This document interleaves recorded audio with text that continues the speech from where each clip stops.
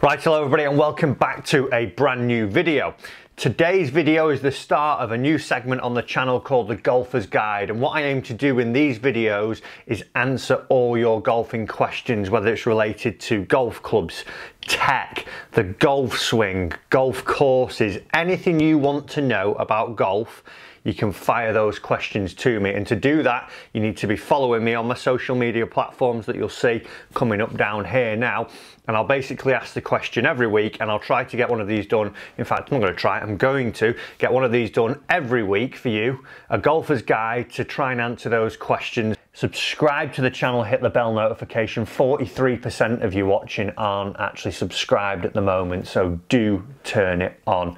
Loads of free golf lessons, loads of golf fixes for you to get better and enjoy your golf. So this one comes from Gaz881 and he says, thoughts on the AMT type shafts. Now, for anyone that doesn't know, the AMT type shaft is a shaft from True Temper, and I'll just flick the stuff up here that you'll see coming up on the screen now.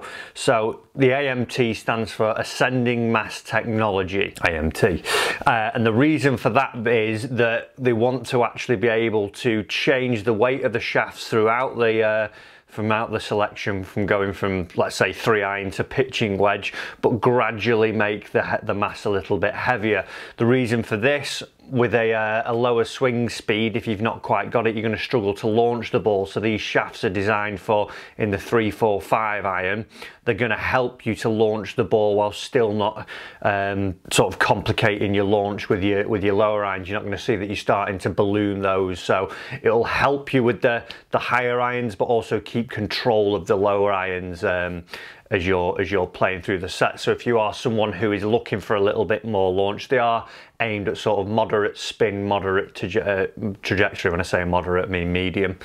And if you are someone who's looking for that sort of shaft, who you are, you know, you're okay in the wedge, 9-iron, 8-iron, getting it airborne, but from 6 upwards you struggle, this might be something that could benefit you there. Okay, so Chris Peters 23 has asked, how often should you change your wedges? Now, depending on how often you're playing, this is obviously going to differ from the amount of times that you should be changing your wedges. If you are a regular golfer, let's say, who plays once a week, and you practice once a week, maybe, whether that's in the bunkers, going for 9 holes, hitting 50 balls at the range, what I would say is probably maybe once a year would be enough. There are tests, and Vokey did a study on wedges, how often you should change them. I'll try and dig that out online and try and fire it up here.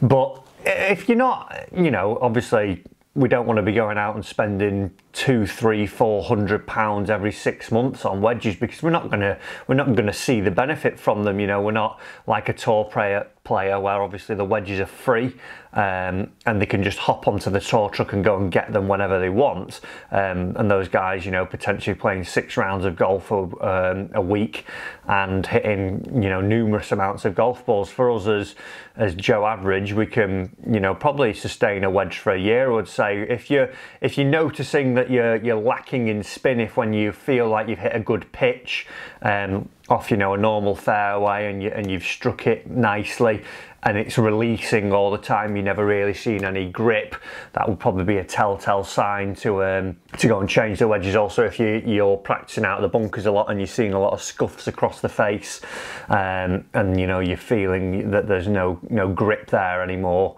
I would definitely go and have a look at changing them then. But one of the big things as well is just cleaning your wedges. A lot of people, when I've played pro-ams with people, and when I get a lot of people coming for lessons, and we look at wedges, and you know, and you have a look at them, oh, I want to get backspin, I want to do this, and you look, and there's, you know, the last 3 rounds of golf they've played divots still on the club face. Probably just a good scrub with some hot soapy water would benefit you more than go and spend 50 quid on a new 60, 70, 80 quid on a new wedge. You know, just get the old groove cleaner out and make sure every time you've used it, you just keep those grooves clean, and you'll see more of a benefit from them. Reggie Phelps has asked, any cheap monitors out there? By cheap monitors, I assume you mean cheap launch monitors. One I've got here I've got the Mevo launch monitor myself, just a little one. It's depends what what everyone's budget is as well. When we say cheap, that's $399, and what it does give you is quite a lot of data points. It gives you 8 data points in total. Your main ones being your club head speed, the ball speed, the carry of the ball, the smash factor. What it doesn't give you is club data. When you generally get a cheaper launch monitor, i.e. before you're going into the likes of your TrackMan, your Flight Scopes, your GC2s, you generally won't see club data from them. So things like the SkyTrack, which is more of a a personal launch monitor at the higher end of the bracket of a personal launch monitor, the Mevo Plus, which hopefully I should be getting one of those to try out soon as well. You'll see that you won't get, club path, club face alignment. Some of them come with attack angles, but a lot of them don't put angle of attack on there as well. So you get club head speed, but you're lacking the ones which, if you were a coach, as it were, or you were really looking to work on curvature of your golf ball, they won't be on there. My Golf Spy did do a review of 6 launch monitors recently in the personal launch monitor bracket that was really quite interesting. So I'll put that link into the description below about them. But that for me, that Mevo at $399, obviously, like I say, budget's dependent. Compared to the TrackMan at 20 grand, for someone who's an avid practicer, you can take it out on the golf course. Obviously, you can see from the size of it there compared to an iPhone, it's miniature, so you can see that you'd be able to put it in your golf bag quite easily, cart it around with you. If you're looking at distances on the course, it'd be great for that. And like I say, some personal data, if you're looking at probably the things I would use this for if I was just a regular golfer, would be mapping out my distances throughout the whole of my set, looking at my club head speed, so if I'm wanting to get more distance I could improve on that, and also smash factor is quite an interesting one on it, because the higher your smash factor, which is the efficiency of your strike, it's ball speed versus club head speed, those put into an algorithm, and then we'll see what smash factor you will get. If you're always low on smash factor, you're not going to be striking it to the best of your abilities, i.e. the right dynamic loft, the centeredness of strike, and your club head speed and things like that. So those things, that for me is a fantastic little tool if I was someone who wanted to venture into the personal launch monitor game and get something that I could work at home with, or on the course, or at the driving range when I go down and hit some balls. So yeah, I'd take a look at the My Golf Spy thing. That's a really interesting read there. So Gaz Hagu has asked, should you use the same make ball as your driver if possible, or do they all test with Pro V1s? Really good question, that. Obviously, not every manufacturer has got a ball out there. So Cobra and Ping is sort of the top tier, and PXG, they don't have a golf ball yet. I don't think they'll have a golf ball personally, but they've not got one that they could align with there. So did they test with Pro V1s? I don't know. I would imagine so, as the industry leader. They might test them with an array of golf balls. You might see that they use it with the TaylorMade, the Callaway and Pro Vs.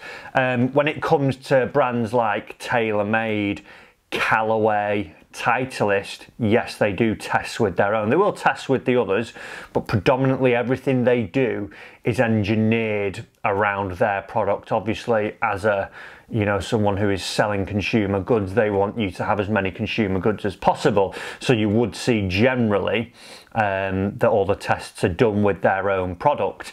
Now, that's not to say you as a golfer should be using that.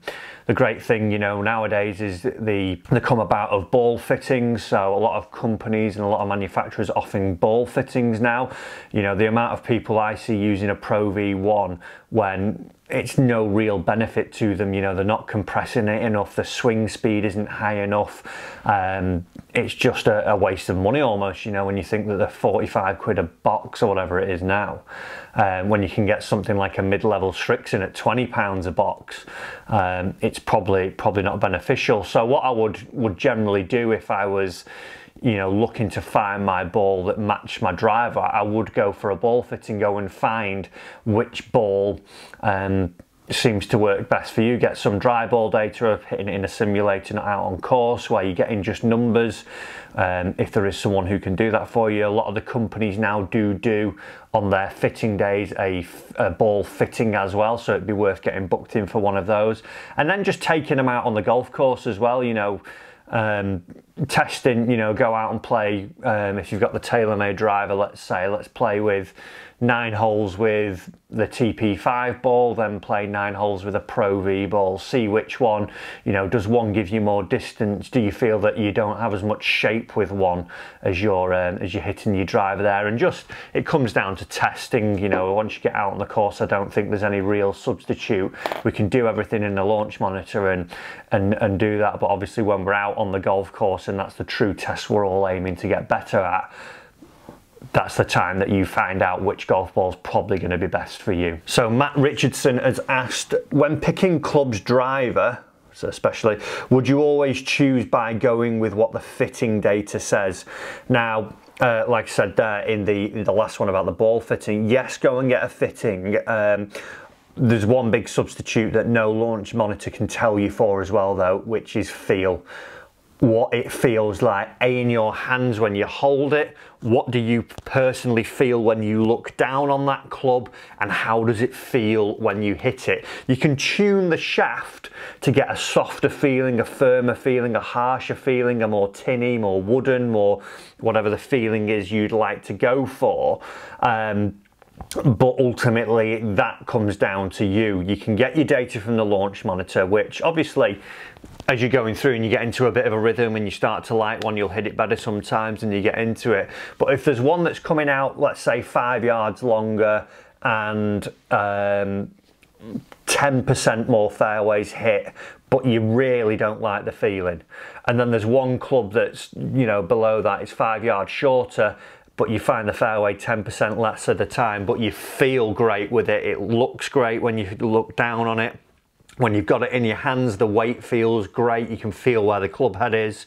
And then when you actually hit it, the actual sensation, the feedback you get feels amazing. I'd be picking that one, because over time, you know, you get used to that driver and it just gets better and better as well. The one when you're looking down on it and you think, yeah, I know it's going in the fairway and it goes that tiny bit longer, but I tell you what, it's an ugly thing. You're not going to last with that, because as soon as there's a little bit of dip in performance, I knew this wasn't the one for me. I know it looks ugly. I don't like the feel of it. And all of a sudden, those feelings that you have towards that driver override all the data.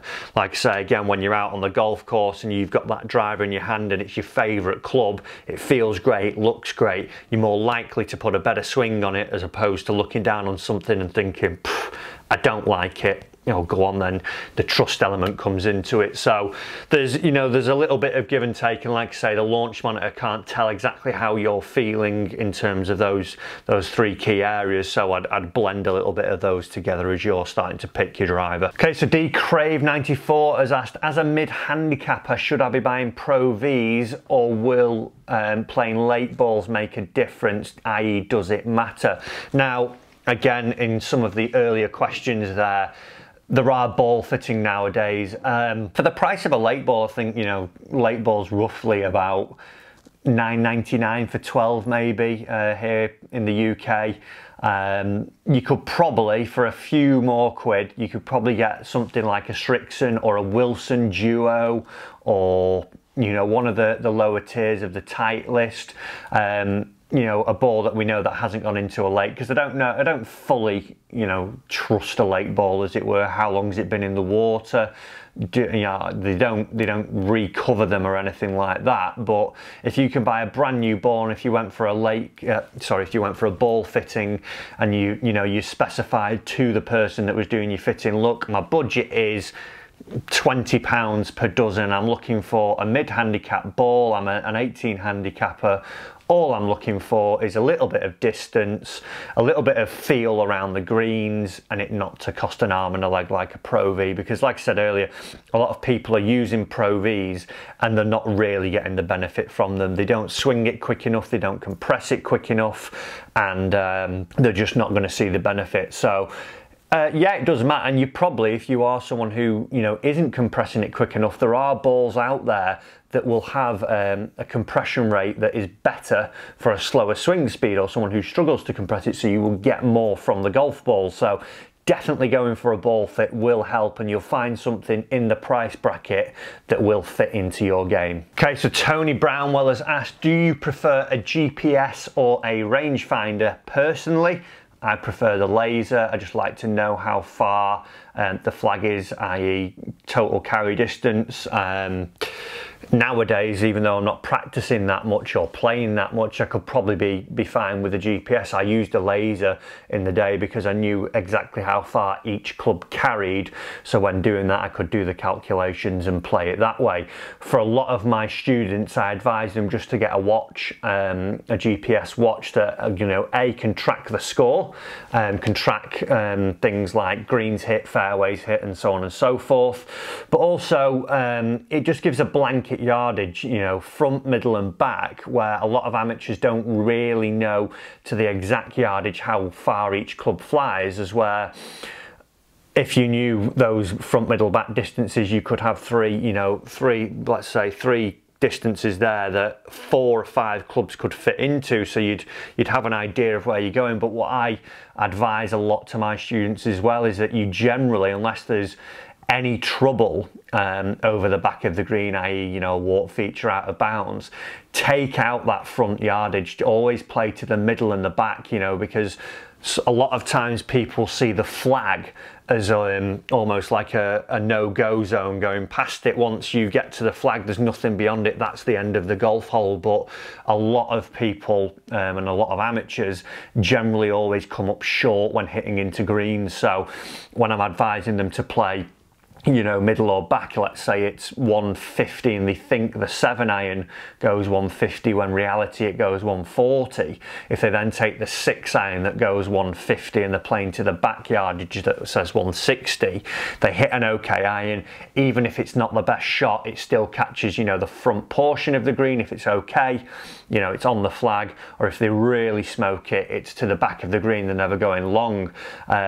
And a lot of the watches, after you've hit a load of the shots as well, will start to tag your distances in and actually give you a true representation of what club you've hit and how far you are hitting it. So for me, I think the GPSs have a lot more advantages for the amateur golfer, but it's totally up to you whichever one you would want to play with.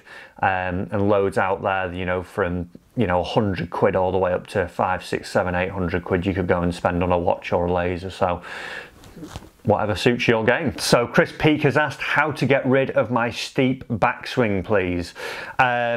So a lot of backswings that I find that are steep when I'm teaching, there's no rotation from the torso. So if we think that we've got shoulders here, what we would see if I was turned sideways to the camera now, in their steep swing, generally what would happen is they just pick their arms up, so the club from here would just rise straight up in the air. We would see that it's picked up into position, it's never actually turned. Now, as my dad would say, we need some around and we need some up in the backswing. So what we need to see is that the shoulders are turning. We would see that the shoulders are working on a plane, and then the club is starting to work around ourselves and also hinging up by the rotation of the lead forearm and the folding of the trail arm, and see that we hinge. So if we had those things blend together, we'd see something more this way, as opposed to just picking the arms up and seeing that that shaft now goes steep. If we start to turn fold and get into this position, we could see I'd get flatter from there. So there are a lot of videos on the channel about the backswing and how to get it into some good positions away from being steep, so go and check those out on there, Chris. Right then, so that is the end of the first Golfer's Guide episode, guys. I hope you have enjoyed it. Like I said earlier, do remember to follow me on all my social media platforms. You'll see everything coming up here now. Do get involved in the questions as well. All I want to try and do is give you some answers, give you some information that can hopefully, you know, improve your game, give you some more knowledge, help you with buying decisions, whatever it may be. Ultimately, just help us all along the way on this golfing journey. Guys, stay safe out there. Subscribe to the channel, hit the bell notification. 43% of you watching aren't actually subscribed at the moment, so do turn it on. Loads of free golf lessons, loads of golf fixes for you to get better and enjoy your golf. Thanks for watching, and I'll see you in another episode of The Golfer's Guide.